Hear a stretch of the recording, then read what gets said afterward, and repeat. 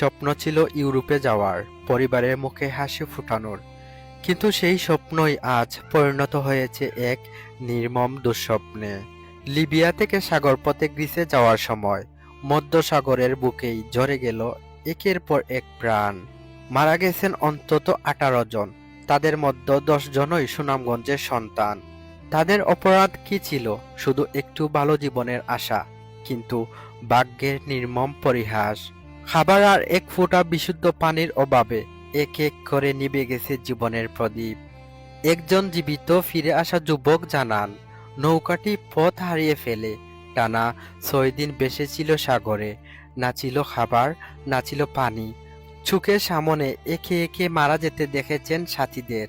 আর সবচেয়ে হৃদয় বিদারক, যারা মারা গেছেন তাদের লাশও রাখা হয়নি, ফেলে দেওয়া হয়েছে সেই সাগরেই। আজ সুনামগঞ্জের আকাশ বাড়ি, প্রতিটা ঘরে ঘরে কান্না, মায়ের বুক খালি। ভাই হারিয়েছে ভাইকে, স্বজন হারিয়ে স্তব্ধ পুরো এলাকা। কালালে 3 মাস আগে নিছে, আজকাল ও সপ্তাহ ফ্লাইট দিব কইয়া দিছে না। 22 তারিখ দিছে, দেওয়ার পরে তারা রাস্তার আফ্রিকার রাস্তাত গেছিল কি, সৌদির তারা রাস্তাত আছিল। খানি উনি নাই, না খাইয়া সাগরের পানি খাইয়া রক্ত বমি করে মারা গেছে। 2 দিন তারা বউটো রাখছে, রাখার পরে ফালাই দিছে সাগরে, পানির অভাবে মরছে।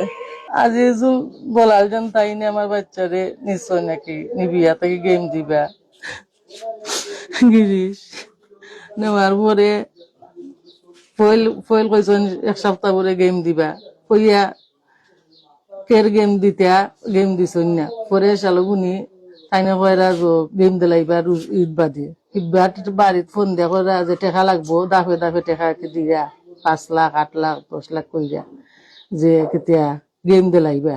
ফের গেম দিবা, তাই 3 মাস না রাখছেন গেমের ঘর রাখিয়া।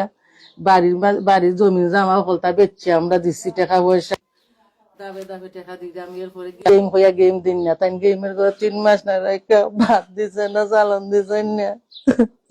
ভাত মরছে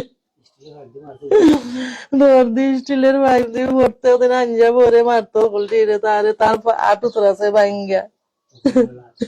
আর লাত দিছে বাতি আর মাঝে লাত খাই আর বউটুকে উঠতে পারছে না, ইচ্ছে বিরো তুলবেলাই তার দিচ্ছে।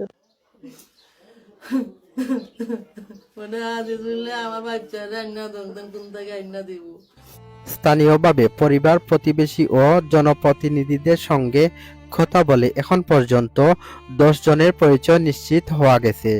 তারা হলেন দিরাই উপজেলার কুলঞ্জ ইউনিয়নের তারাপাশা গ্রামের আবু সর্দারের ছেলে মোহাম্মদ নুরুজ্জামান সর্দার ময়না, আব্দুল গনির ছেলে সাজিদুর রহমান, ইসলাম উদ্দিনের ছেলে শাহান এহিয়া ও একই উপজেলার রাজানগর ইউনিয়নের আব্দুল মালেকের ছেলে মুজিবুর রহমান, দুয়ারাবাজার উপজেলার কবিরনগর গ্রামের ফয়েজ উদ্দিনের ছেলে আবু ফাহিম, জগন্নাথপুর উপজেলার চিলাউড়া গ্রামের সুহানুর রহমান, টিয়ারগাঁও গ্রামের শায়েখ আহমদ, চিলাউড়া কবিরপুর গ্রামের মোহাম্মদ নাইম, পাইলগাঁও গ্রামের আমিনুর রহমান, ইসগাঁও গ্রামের মোহাম্মদ আলী, জগন্নাথপুর উপজেলার চিলাউড়া হলদিপুর ইউনিয়ন পরিষদের ইউপি চেয়ারম্যান শহীদুল ইসলাম তার এলাকার 2 জনের মৃত্যুর বিষয়টি জানিয়েছেন। রানীগঞ্জ ইউনিয়ন পরিষদের সদস্য নুরুল ইসলাম তার ওয়ার্ডের 2 জনের মৃত্যুর তথ্য জানিয়েছেন।